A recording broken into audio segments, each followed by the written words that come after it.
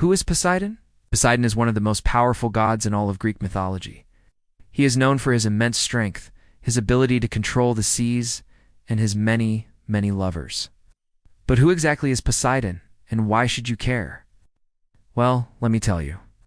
Poseidon was the god of the sea, earthquakes, storms, floods, and horses. He was also the ruler of the underwater kingdom of Atlantis.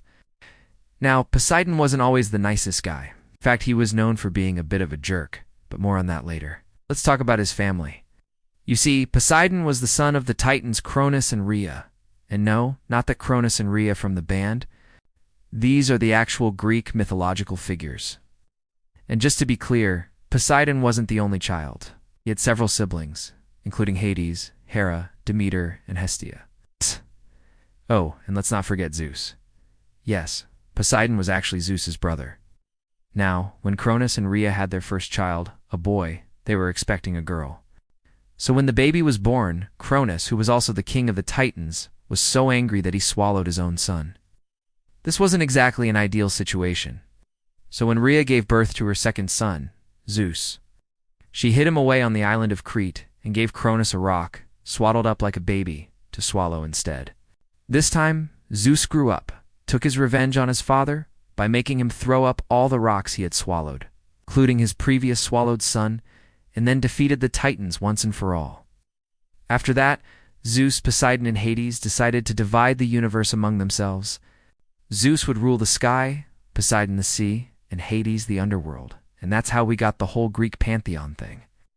Now, as the god of the sea, Poseidon had a lot of power. He could control the weather, summon sea creatures at will, and even shake the earth with his trident. He was also incredibly wealthy, thanks to all the tributes and sacrifices that were given to him by the Greeks. Poseidon's wealth was legendary. He owned everything from golden palaces to magical horses. But despite all his power and wealth, Poseidon wasn't exactly a nice guy. He was known for being hot-headed and quick to anger. Just ask the city of Troy. You see, Poseidon wasn't too happy when the Trojans insulted him, so he sent a giant flood to wipe out their crops. Then he unleashed a horrible plague on their city. And when that didn't work, he sent a monstrous boar to trample their fields and devour their livestock. The Trojans were like, dude, chill. But Poseidon was not having it. He kept sending disaster after disaster until finally the Trojans begged him to stop. Poseidon was like, fine, but I'm keeping your daughter. And that's how he got his hands on the Trojan princess Hesione. Okay, maybe that story illustrates my point a little too well. Anyway, Poseidon also had a bit of a reputation for being a womanizer. He had affairs with both goddesses and mortals.